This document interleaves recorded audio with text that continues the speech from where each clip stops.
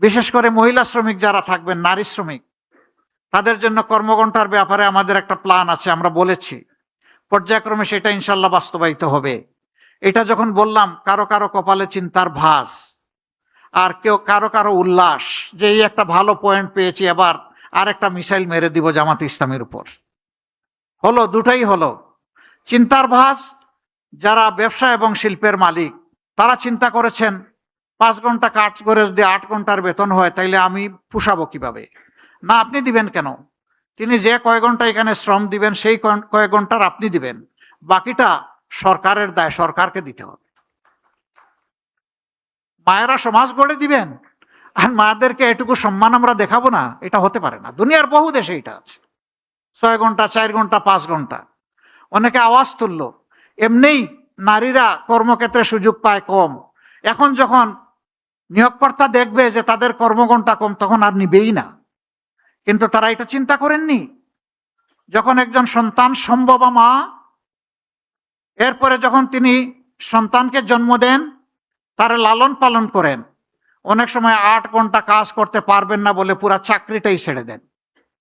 আমরা তো সেখানে তাদের জন্য সহজ করে দিচ্ছি, যাতে চাকরি তার ছাড়তে না হয়, ওটাও লেগে থাকবে, সন্তানও তার গায়ের তাকে সাথে জড়িয়ে থাকবে। এই দুইটার আমরা সমন্বয় ঘটাতে চাচ্ছি। 3 ঘন্টা বাকি যেটা থাকবে সেখানে কাজ থেমে থাকবে না। দুনিয়ার বহু দেশে আছে, পাবলিক অ্যান্ড প্রাইভেট, পিপিপি, সব জায়গায় পার্ট টাইম ওয়ার্কার নিয়োগ দেওয়া যায়। সেখানে মালিকরা দিবেন, আরো বেশি জব ক্রিয়েট হবে। কোনো মা এমন থাকতে পারেন যে তিনি 5 ঘন্টা পারবেন না, 3 ঘন্টা করবেন, তিনি ওই জায়গাটা ফিল আপ করবেন। এইভাবে যদি আমরা চিন্তা করি তাহলে তাদের কর্মের পরিবেশটা সহজ হয়। শুধু তাই নয়, এখানে শ্রম ঘন এলাকায় নারীদের জন্য অবশ্যই তাদের বাচ্চাদের, বেবিদের ডে কেয়ার সেন্টার থাকতে হবে। তবে হ্যাঁ, পর্যাপ্ত পরিমাণ নারীরা যেখানে কাজ করবেন সেখানেই কেবল এটা মেনটেন করা সম্ভব। সেইটা যৌক্তিকতার ভিত্তিতে হবে।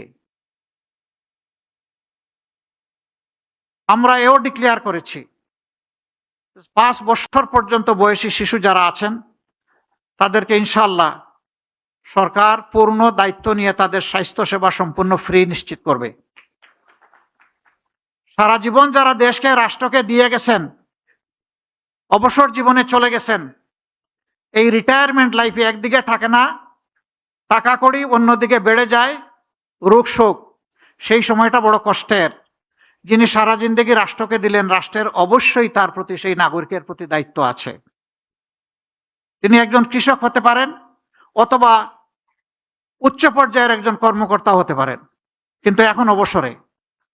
এই অবসরকালীন জীবনে যতদিন তারা বেঁচে থাকবেন, রাষ্ট্র ইনশাল্লাহ তাদের পূর্ণ চিকিৎসার দায়িত্ব নেবে। মাঝখানের যে বয়সটা, ক্রিয়েটিভ এজ, এখানে পার্টিসিপেটরি, কিছু দায়িত্ব নিবে রাষ্ট্র, কিছু নিবে ব্যক্তি। এইভাবে মিউচুয়ালি এটা আমরা ইনশাল্লাহ মেকআপ করব। এখনকার স্বাস্থ্যসেবার অবস্থা ভালো নেই, তাও রাজধানী টাউনে যেটুকু আছে মফস্বল টাউনে ওঠাও নেই। আমাদের অঙ্গীকার হচ্ছে 64 জেলার সব জায়গায় মেডিকেল কলেজ আমরা গড়ব ইনশাল্লাহ, এবং সেই মেডিকেল কলেজগুলা গড়ার মাধ্যমে আমরা স্কিল ম্যান পাওয়ার ডেভেলপ করব। তারপরে ওই জেলা কেন্দ্রে বিশেষায়িত সরকারি হাসপাতাল থাকবে, সেখানে সবার জন্য ফ্রি হয়তো হবে না, কিন্তু গলা কাটাও হবে না। চিকিৎসা নিতে গিয়ে গলায় কাটা ঢুকবে না, চিকিৎসা নিতে গিয়ে মন এবং শরীর দুইটাই কমফোর্ট ফিল করবে ইনশাআল্লাহ।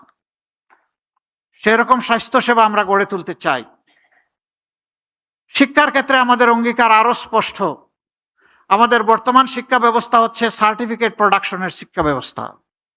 আমরা এই শিক্ষাকে আমূল পরিবর্তন করতে চাই। আমাদের বিদেশি বন্ধু যারা আছেন, উন্নত শিক্ষা তারা তাদের দেশে নিশ্চিত করেছেন, আমরা তাদের সাথে বসবো। আমরা শিক্ষার 2টা গুণগত পরিবর্তন আনতে চাই। একটা পরিবর্তনের মাধ্যমে প্রতি শিক্ষার্থীকে এই ইমপ্রেশন দেওয়া, ধারণা দেওয়া যে এটি তোমার দেশ, তুমি এই দেশ থেকে আলাদা কেউ নও, আর এই পর্যায়ে তোমার আসতে দেশের সমস্ত মানুষের অবদান আছে তোমার পিছনে। অতএব তোমার দায়িত্ব আছে, তুমি যখন শিক্ষিত হয়ে, গুণী হয়ে, যখন তুমি কিছু করার বয়সে পৌঁছবা, তখন এই জাতির ঋণ তোমাকে পরিশোধ করতে হবে। শিক্ষার মাধ্যমে এই মোরাল লেসনটা আমাদের শিক্ষার্থীদের মাধ্যমে আমরা দেওয়ার চেষ্টা করব। এরকম শিক্ষার্থী যারা আসে আমি নিশ্চিত তারা তাদের দেশকে অবশ্যই ভালোবাসবে। তারা স্বার্থপর আত্মকেন্দ্রিক সংকীর্ণ মনে হবে না, তারা উদার দূরদৃষ্টি সম্পন্ন হবে, সবাইকে সম্মান করতে শিখবে, সবার হক তাদেরকে দেওয়ার জন্য সে তার সবটুকু উজাড় করে চেষ্টা করবে। এর সাথে আমরা প্রফেশনাল এডুকেশন, যেই এডুকেশন বেকার তৈরি করবে না, বরঞ্চ যেই এডুকেশন প্রত্যেকটি ক্ষেত্রে দক্ষ জনবল তৈরি করবে। এটা ক্লাস 6 থেকেই ক্রমান্বয়ে এই প্রফেশনাল এডুকেশনটা শুরু হবে। এই এডুকেশন যদি আমরা দিতে পারি, আমরা দুই দিক থেকে লাভবান হব। দেশের বুকে আমাদের এই দক্ষ জনবল আমাদেরকে দেশটা সুন্দর করে গড়ে দেবে। বিদেশে যদি যায় সে মোর আর্নিং করবে, বেটার পজিশনে থাকবে, তার রিমিটেন্স আসবে দেশে অনেক বেশি। আমরা অবশ্য দুটা রিমিটেন্স চাই। একটা হচ্ছে ফিনান্সিয়াল রিমিটেন্স, যেটা আমাদের ফরেন বিজনেসের চাকা ঘোরানোর জন্য দরকার। এটা দুইভাবে আসে ফরেন ইয়েটা, একটা হচ্ছে আমাদের এক্সপোর্ট বিজনেসের মাধ্যমে, আর একটা হলো আমাদের প্রবাসী যোদ্ধাদের মাধ্যমে, যাদেরকে আমরা রিমিটেন্স যোদ্ধা বলি। কিন্তু ওই পর্যন্তই, একটা শব্দ তাদের জন্য বলে দিয়েছি রিমিটেন্স যোদ্ধা, কিন্তু বীরের যে সম্মান এই জাতি তাদেরকে এখনো দিতে পারে নাই। পরিবারকে দেশকে সাপোর্ট দিতে গিয়ে বিদেশের মাটিতে যখন মারা যায় তখন তার লাশ নিয়ে টানাটানি হয়। এই লাশটা কে দেশে আনবে? এটি লজ্জার। আমি তাকে বীর বলবো, কিন্তু তার লাশটা রাষ্ট্র সম্মান দিয়ে দেশে আনবে না, এটা হতে পারে না।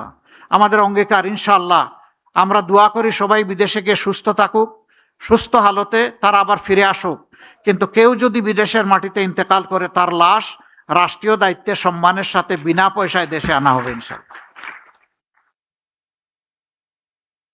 এই রিমিটেন্স যোদ্ধারা অনেকে জীবনের সব শক্তি ক্ষয় করে যখন দেশে ফিরে, তখন আবার চোখে অন্ধকার দেখে।